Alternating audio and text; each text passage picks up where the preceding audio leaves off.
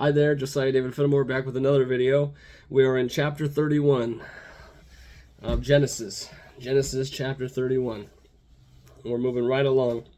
This is where Jacob is separating the flocks of speckled and spotted animals, goats and sheep and cattle, and keeping those and giving Laban all of the full-coated, pure, if you will, animals. And now he's going through with a rod, and he's put them between the eyes of the cattle, and they become stronger if they're, or maybe it's a measuring thing. He's putting a rod between their horns or their eyes to measure how strong they are, how big they are. Anyways, I'm not quite sure, but here we go, Genesis chapter 31. And he heard the words of the Laban's son, saying, Jacob hath taken away all that was our father's, and of that which was our father's hath he gotten all this glory. And Jacob beheld the comments of Laban, and behold, it was not towards him as before. And the Lord said unto Jacob, Return unto the land of thy fathers, and to thy kindred, and I will be with thee. And Jacob sent and called Rachel and Leah to the field unto his flock, and said unto them, I see your father's countenance, that it is not towards me as before. But the God of my father hath been with me, and ye know that with all my power I have served your father, and your father hath deceived me, and changed my wages 10 times. But God suffered him not to hurt me. If he said thus, the speckles shall be thy wages, then all the cattle bear speckled. And if he said thus, the ringstrake shall be thy hire, then bear all the cattle ringstrakes. Thus God hath taken away the cattle of your father, and given them to me. And it came to pass at the time that the cattle conceived, that I lifted up mine eyes, and saw in a dream, and behold, no thank you, in a dream, and behold, the rams which leaped upon the cattle were ringstrakes, speckled and gristled. And the angel of God spake unto me in a dream, saying, Jacob. And I said, Here am I. And he said, Lift up now thine eyes, and see all the rams which leap upon the cattle are ringstraked, speckled, and gristled. For I have seen all Laban doeth unto thee. I am the God of Bethel, where thou anointest the pillar, and there where thou vowest a vow unto me. Now arise, get thee out from this land, and return into the land of thy kindred. And Rachel and Leah answered and said unto him, Is there yet any portion or inheritance for us in our father's house? And are we not counted of him strangers? For he hath sold us, and hath quite devoured also our money. For all the riches which God hath taken from our father, that is ours and our children's. Now then, whatsoever God hath said unto thee, do. Then Jacob rose up and set his sons and his wives upon camels, and he carried away all his cattle and all his goods which he had gotten, the cattle of his getting, which he had gotten in Paddan-aram, for to go to Isaac his father in the land of Canaan. And Laban went out to shear his sheep, and Rachel had stolen the images that were her father's. And Jacob stole away unaware to Laban the Syrian, in that he told him not that he fled. So he fled with all that he had, and he rose up and passed over the river, and set his face towards the Mount Gilead. And it was told Laban on the 3rd day that Jacob was fled.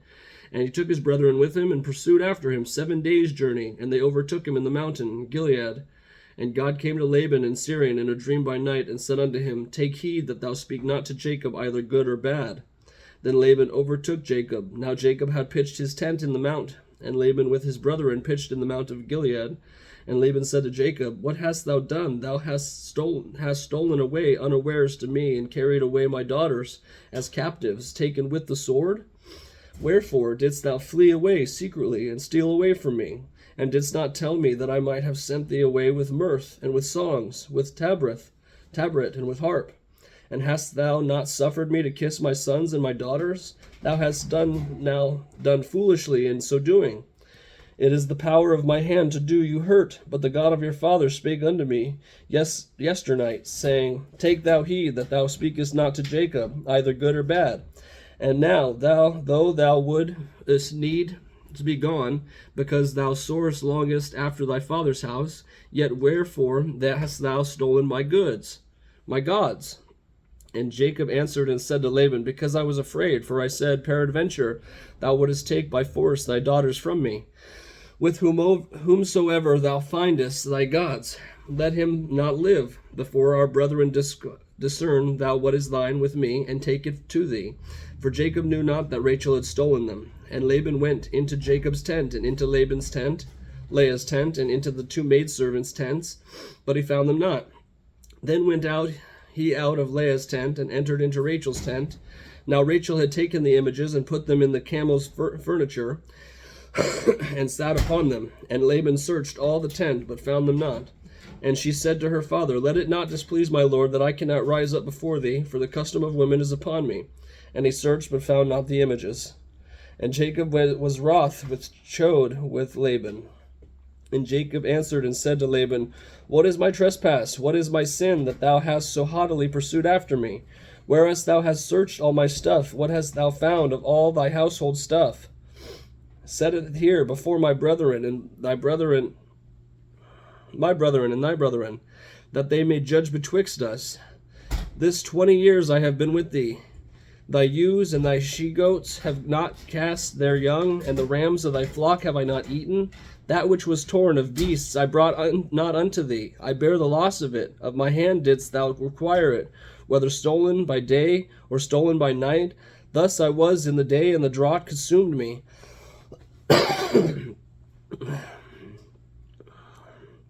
I bear the loss of it, my hand didst thou require it, whether stolen by day or stolen by night.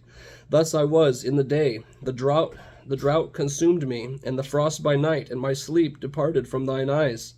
Thus have I been 20 years in thy house. I served thee 14 years after thy 2 daughters, and 6 years for thy cattle, and thou hast changed my wages 10 times. Except the God of my father, the God of Abraham, and the fear of Isaac, had been with me, surely thou hast sent me away now empty. God hath seen mine affliction, and the labor of my hands, and rebuked thee yesternight. And Laban answered and said unto Jacob, These daughters are my daughters, and these children are my children, and these cattle are my cattle, and all that thou seest is mine. And what can I do this day unto these my daughters, or unto their children, which they have borne?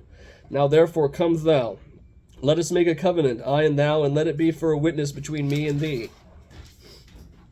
And Jacob took a stone and set it up for a pillar, and Jacob said unto his brethren, Gather stones. And they took stones and made a heap, and they did eat there upon the heap. And Laban called it Jegsahaduth, but Jacob called it Gilead. And Laban said, This heap is a witness between me and thee this day. Therefore was the name of it called Gilead. And Mizpath, for he said, The Lord watch between me and thee, when we are absent one from another. If thou shalt afflict my daughters, or if thou shalt take other wives beside my daughters, no man is with thee. See, God is witness betwixt me and thee. And Laban said to Jacob, Behold this heap, and behold this pillar, which I have cast betwixt me and thee. This heap be witness, and this pillar be witness, that I will not pass over this heap to thee, and that thou shalt not pass over this heap and this pillar unto me for harm. The God of Abraham and the God of Nahor and the God of their father judge betwixt us. And Jacob sware by the fear of his father Isaac. Then Jacob offered sacrifice upon the mount, and called his brethren to eat bread. And they did eat bread, and tarried all night in the mount. And early in the morning Laban rose up, and kissed his sons and his daughters, and blessed them. And Laban departed, and returned unto his place. Woo! So Laban was thinking that he was getting robbed, which he was getting pretty blindsided, if you ask me.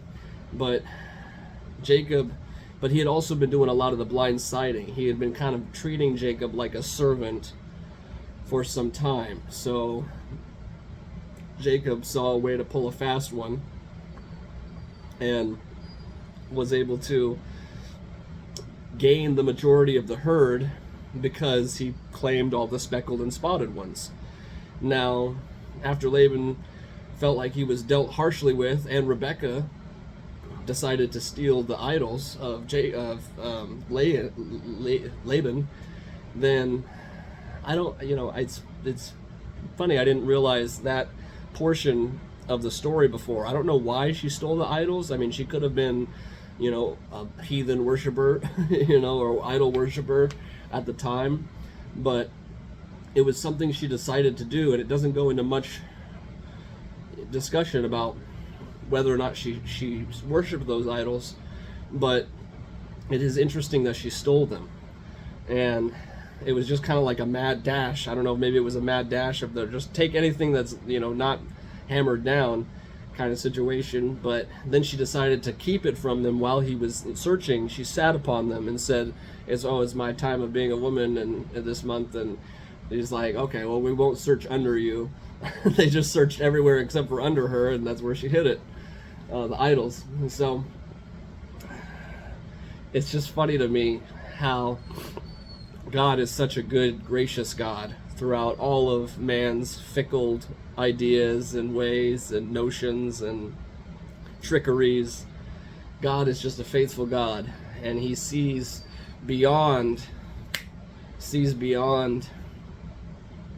the current situation. He let Jacob know, I want you to get up and go to your father's house and see him again.